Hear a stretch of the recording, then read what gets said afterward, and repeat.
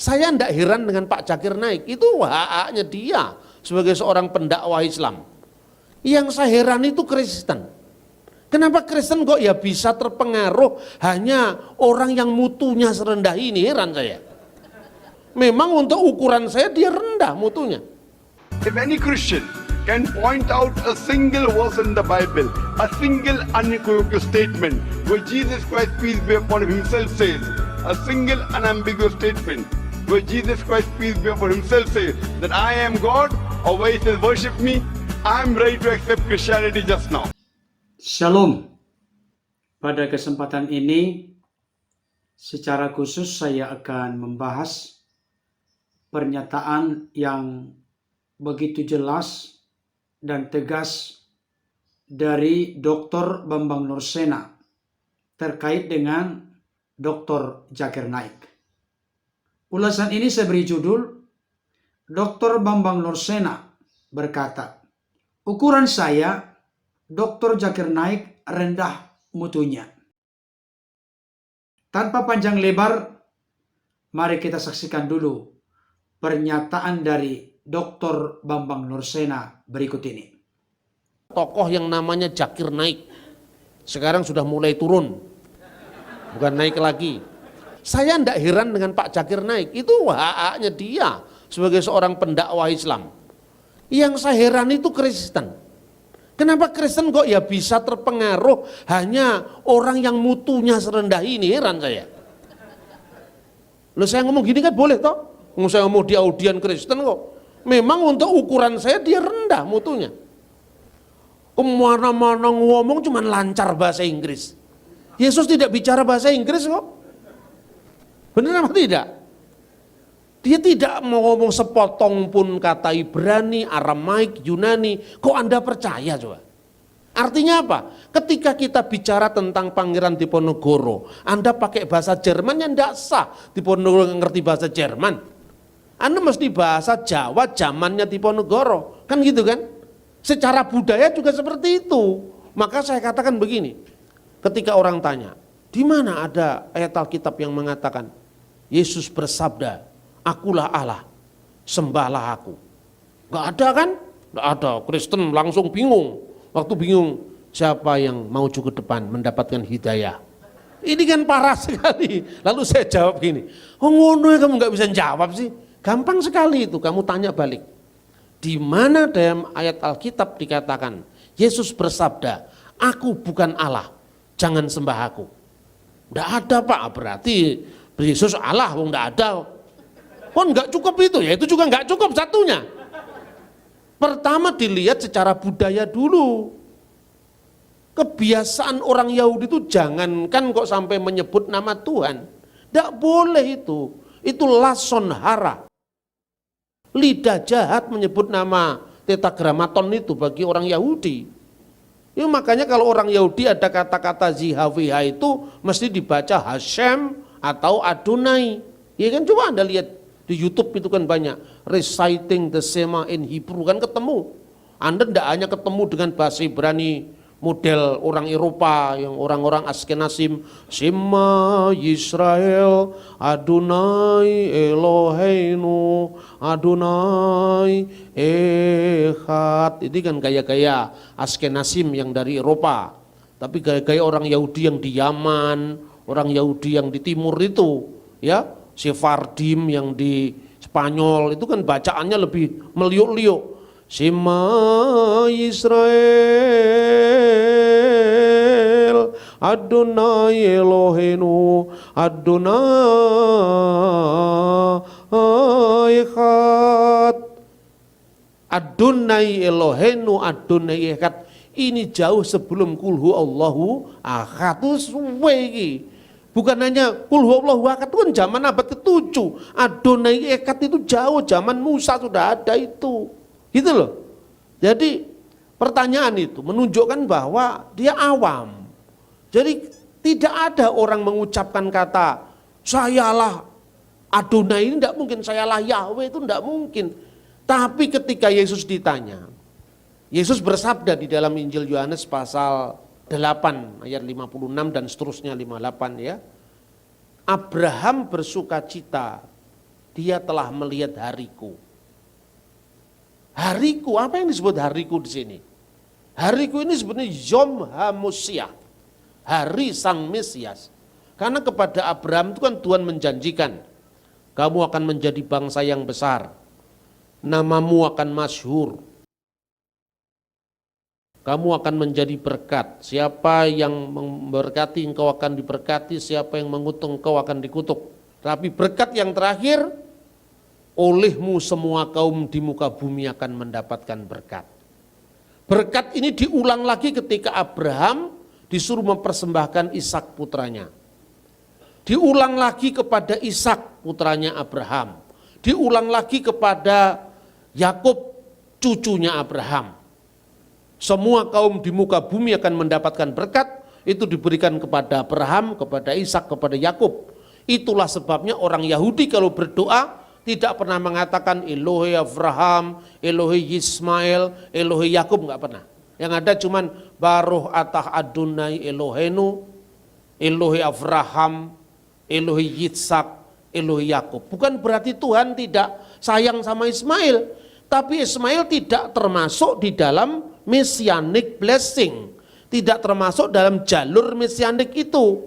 Makanya berkatnya, doanya Allah Abraham, Ishak dan Yakub gitu loh. Abraham melihat hariku, artinya apa? Hari penentuan di mana olehmu semua kaum di muka bumi akan mendapatkan berkat, itu sudah dilihat oleh Abraham. Abraham bersuka melihatnya. Orang Yahudi tidak paham ini kan? Dan dia mengatakan apa? Umurmu belum sampai 50 tahun. Bagaimana kamu bisa mengatakan hal itu? Tapi Yesus bersabda, sabdanya demikian. Amin, amin, 2 kali diulang kata amin. Semua nabi bicara aminnya selalu bagian belakang. Hanya Yesus yang selalu mengawali sabdanya dengan amin, amin. Dan kata ho amin itu menjadi gelar Yesus dalam Wahyu pasal 3 ayat 14. Amin, amin lego humin. Sesungguhnya aku berkata kepadamu, prin Avram kinistai ego eimi. Sebelum Abraham jadi, ego eimi, aku ada. Aku ada ini petunjuk kepada nama tetragramaton tadi, ego eimi hoon. Akulah dia sang maha ada. Aku adalah aku. Eyeh asyur eyeh itu diterjemahkan dalam bahasa Yunani Alkitab Septuaginta ego eimi hoon. Dalam kitab Nabi Yesaya sering kali Tuhan berkata anihu, akulah dia. Terus orang-orang Yuditarian ngomong begini, dan itu yang menjadi bacaannya mungkin Zakir Naik. Di mana ada kata akulah dia diartikan harus akulah Tuhan. Akulah dia pokok anggur, akulah semua juga akulah dia itu. Akulah jalan, ego eimi hodos, akulah jalan. Tapi konteksnya ketika Yesus mengatakan ego eimi, dia mau dirajam batu. Kenapa mau dirajam batu? Karena orang yang menghujat Allah, yang menyamakan diri dengan Allah akan dirajam batu gitu kan. Jadi kalau membaca Alkitab tidak cukup dengan teks. Tidak cukup dengan interteks, tapi juga dengan konteks secara keseluruhan. Di sini perlunya kita belajar studi sejarah, studi tentang arkeologi Alkitab. Jadi pertanyaannya, ketika kemudian Yesus bangkit di antara orang mati, Thomas melihat bukti luka yang ada di tangannya, apa katanya? Ya Tuhanku dan Allahku. Apakah Yesus menolak penyembahan Thomas? Tidak, dia menerima. Berarti Yesus ya my Lord and my God. Yesus itu adalah Tuhan dan Allah. Tinggal pertanyaannya, dalam konteks apa Yesus disebut Tuhan, dalam konteks apa Yesus disebut Allah. Gampang sekali jawabannya. Sekarang pertanyaan, Yesus disebut Allah. Itu maknanya Divine of Jesus Christ. The Godhead of Jesus Christ, Lahutiyah al-Masih. Apa artinya God? Apa artinya Elohim? Apa artinya Al-Ilah? Allah. Itu artinya sembahan. Segala yang disembah itulah Elohim. Segala yang disembah itu Elah, Eloah, ya Elohim. Ya, kemudian kata itu muncul dari semua Alkitab. Kemudian kenapa Yesus disebut Elohim? Pada mulanya adalah firman. Dan firman itu bersama-sama dengan Allah. Dan firman itu adalah Allah. Nah ini juga ayat bermasalah tidak hanya di lingkungan Islam. Di Saksi Yehova juga bermasalah. Makanya Kristen itu ya ke dalam juga pusing. Keluar tugasnya banyak. Maka jangan menambah pusing-pusing lagi kita. NRT and hologos. Ke hologos and prostonteon. Ke theos in hologos. Firman itu bersama-sama dengan Allah itu. Di situ ada kata sandang. Tonteon. Ke theos di sini tanpa kata sandang. Ke theos and hologos. Dan Allah lah firman itu. Itu kemudian dipersoalkan. Kenapa di sini tidak ada kata sandang? Berarti Saksi Yehova bikin terjemahan sendiri. In the beginning was the word and the word was with God and the word was a God, huruf kecil. Nah gini aja juga bingung. Banyak orang-orang Kristen sekarang ini kemudian jadi sekte Gumbali Mukia itu jadi Saksi Yehova. Karena kita ini kurang mikir. Mari kita persoalkan satu-satu. Saya senang sekali kalau ngomong begini. Pada mulanya adalah firman. Firman itu bersama-sama dengan Allah. Terus saya tanya, lebih dulu mana Allah dengan firman-Nya? Ini kan pertanyaan untuk awam gampang sekali kan? Ya lebih dulu Allah Pak. Kalau orang Saksi Yehova dengan yakinnya, lebih dulu Yehuwa Pak. Lebih dulu Yehuwa ya? Ya Yehuwa itu maksudnya Gusti Allah kang akarya jagat itu artinya kalau bahasa Jawanya. Oke. Nah terus kalau Allah sudah ada, firman-Nya belum ada, begitu maksudmu? Iya Pak. Yang menciptakan firman itu siapa? Ya Allah Pak. Allah menciptakan caranya bagaimana? Ya berfirman Pak. Nah firman-Nya belum ada, berfirman bagaimana? Sekarang bingung toh? Terus jawab. Ya terus bingung, orang biasa jawab, yang lain-lain jawab. Lebih dulu firman Pak. Kalau lebih dulu firman, firman-Nya siapa? Ya firman-Nya Allah, katanya lebih dulu firman. Kalau lebih dulu Allah berarti ada waktu Allah sudah ada, firman-Nya belum ada. Berarti Tuhan pernah bisu, tidak maha sempurna. Itulah yang dibahas oleh Konsili Nikea. Konsili itu kan akhirnya memutuskan regula fide, pengakuan iman. Nah pengakuan iman Nikea itu tahun 325. Baik Bapak Ibu Saudara, saya sebagai seorang Kristen sangat-sangat tertarik dengan pola pendekatan yang dilakukan oleh hambanya Dr. Bambang Nursena.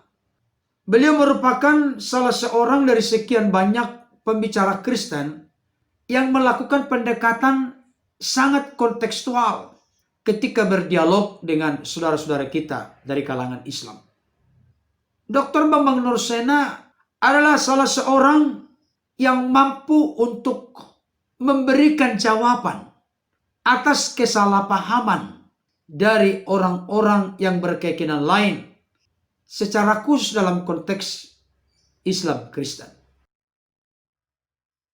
Ada banyak ulasan-ulasan yang sangat bermutu disampaikan dengan lugas oleh Dr. Bambang Nursena terkait dengan kesalahpahaman dari saudara-saudara kita Islam mengenai doktrin ajaran kekristenan sampai kepada hal-hal yang substansial, hal-hal yang basic dan mendasar dalam doktrin dan ajaran kekristenan. Misalnya, menjawab kesalahpahaman tentang Allah Tritunggal, ketuhanan Yesus dan keilahian Yesus. Demikian juga mengenai Yesus lahir 25 Desember itu bukan memperingati Dewa Matahari yang tak terkalahkan. Masih banyak lagi topik-topik yang lain. Bapak Ibu Saudara bisa menyaksikan itu di channel beliau. Umur channelnya belum begitu lama, tapi sudah sangat luar biasa subscribernya. Kita bisa melihat dari komentar-komentar yang dituliskan. Betapa banyak orang yang dicerahkan, ribuan bahkan mungkin puluhan ribu orang yang dicerahkan lewat pengajaran-pengajaran yang berlandaskan Alkitab atau kitab suci dan juga fakta-fakta historis atau fakta-fakta sejarah. Saudaraku yang dikasihi Tuhan, dengan bobot yang sedemikian rupa dan pengalaman yang sedemikian banyak, saya pikir ketika Dr. Bambang Nursena memberikan komentar terkait dengan siapapun, termasuk dalam konteks ini, terkait dengan penceramah atau pendakwa Islam yang sangat populer dan terkenal, yaitu Dr. Zakir Naik, menurut saya sangatlah tepat. Saya melihat Dr. Bambang Nursena ini tidak pernah asal bunyi, tetapi memiliki argumentasi atau alasan yang sangat kuat karena pakai data historis atau sejarah dan juga bertitik tolak dari Alkitab atau firman Tuhan. Saudara dikasihi Tuhan, beliau berkata bahwa Dr. Zakir Naik sekarang sudah mulai turun, tidak naik lagi. Memang nada yang sama juga saya sampaikan kepada kita saat ini. Saya tidak tahu persis akar persoalannya, apakah ada tersangkut dengan hukum atau tersangkut dengan yang lain. Saya tidak tahu persis, karena tidak mendalaminya secara khusus. Tapi memang kelihatannya sudah jarang ada ceramah-ceramah terbaru dari Dr. Zakir Naik. Dari apa yang saya baca, sekaligus akhirnya menimbulkan sebuah pengertian bahwa Dr. Zakir Naik ini adalah murid kesayangan dari almarhum Ahmad Deedat. Di setiap ceramahnya sudah menjadi rahasia umum atau kita tahu bersama, Dr. Zakir Naik ini suka mengulas Bible atau doktrin ajaran kekristenan yang sangat mendasar. Salah satu pernyataan beliau yang sangat terkenal adalah sebagai berikut. If any Christian can point out a single verse in the Bible, a single unequivocal statement where Jesus Christ, peace be upon him, himself says, a single unambiguous statement where Jesus Christ, peace be upon him, himself says that I am God, or where he says worship me, I am ready to accept Christianity just now.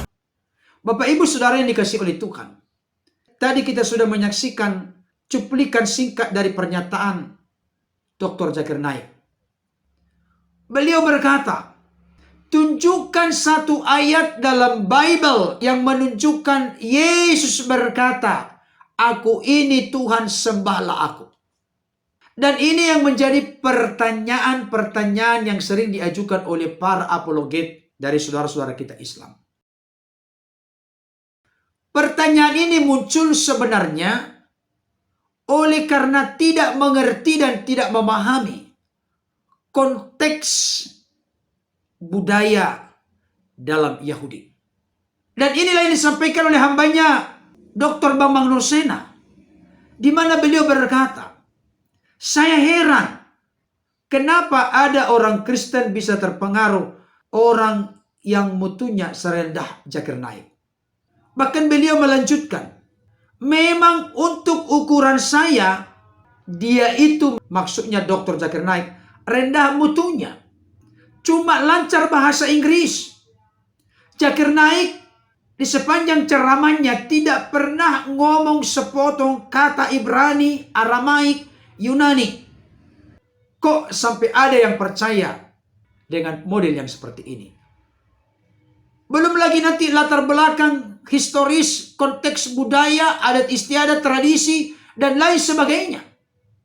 Saudaraku yang dikasihi Tuhan, tanpa mengurangi rasa hormat saya kepada Dr. Zakir Naik yang sangat terkenal itu, sebenarnya yang saya perhatikan bahwa memang mutu atau bobot kualitas dari materi yang disampaikan oleh Dr. Zakir Naik terkait dengan kekristenan, terlebih khusus terkait dengan ketuhanan Yesus, sangat salah kaprah.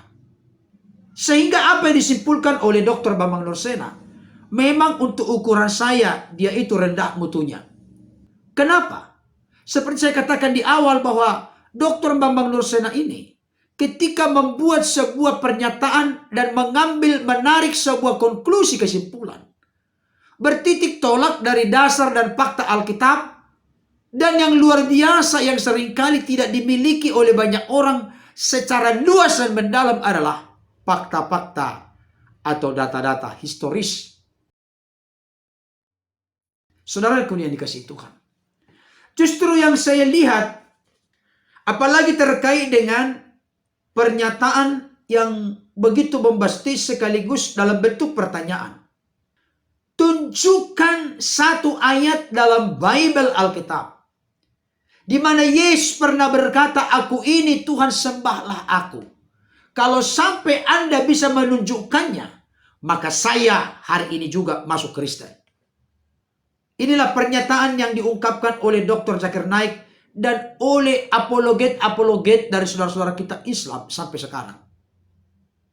Banyak sekali berseliweran di sana-sini yang mengungkapkan pertanyaan yang sama.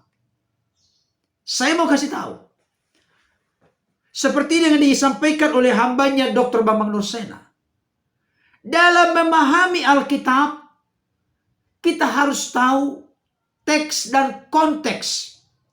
Konteksnya itu bukan sekedar ayat-ayat sebelum dan sesudahnya dari ayat yang dimaksud, tapi konteks tradisi, adat istiadat, budaya.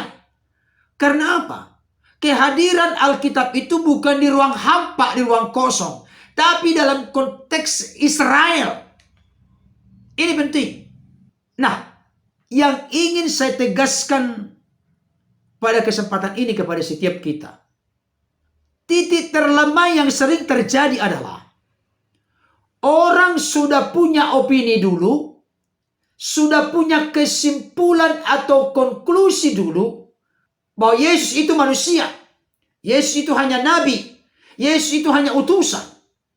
Maka dicarilah cara-cara, dicarilah argumentasi, baik itu bertitik tolak dari Alkitab maupun dari sumber-sumber lain. Ya mungkin buku-buku yang mengaku karangan Kristen, tapi sudah sebenarnya merupakan bidat atau kelompok-kelompok yang telah menyimpang dari ajaran kekristenan yang inti dan sebenarnya. Saudaraku yang dikasihi Tuhan, titik terlemahnya itu adalah mencoba memaksakan konsep seseorang memahami agamanya, dan konsep itu dipaksakan kepada agama atau keyakinan orang lain. Ini menjadi kesalahan fatal. Saya sering memberikan contoh praktis. Pertama, tidak mungkin peraturan sepak bola dipakai untuk menilai permainan bola voli. Tidak mungkin. Permainan bola voli kena tangan, no problem, tidak masalah. Tapi ketika kena tangan di permainan sepak bola itu hands. Itu salah, itu pelanggaran. Maka wasit akan meniupkan peluit dengan segera karena kena tangan, hand. Biarlah peraturan sepak bola dipakai untuk menilai sepak bola.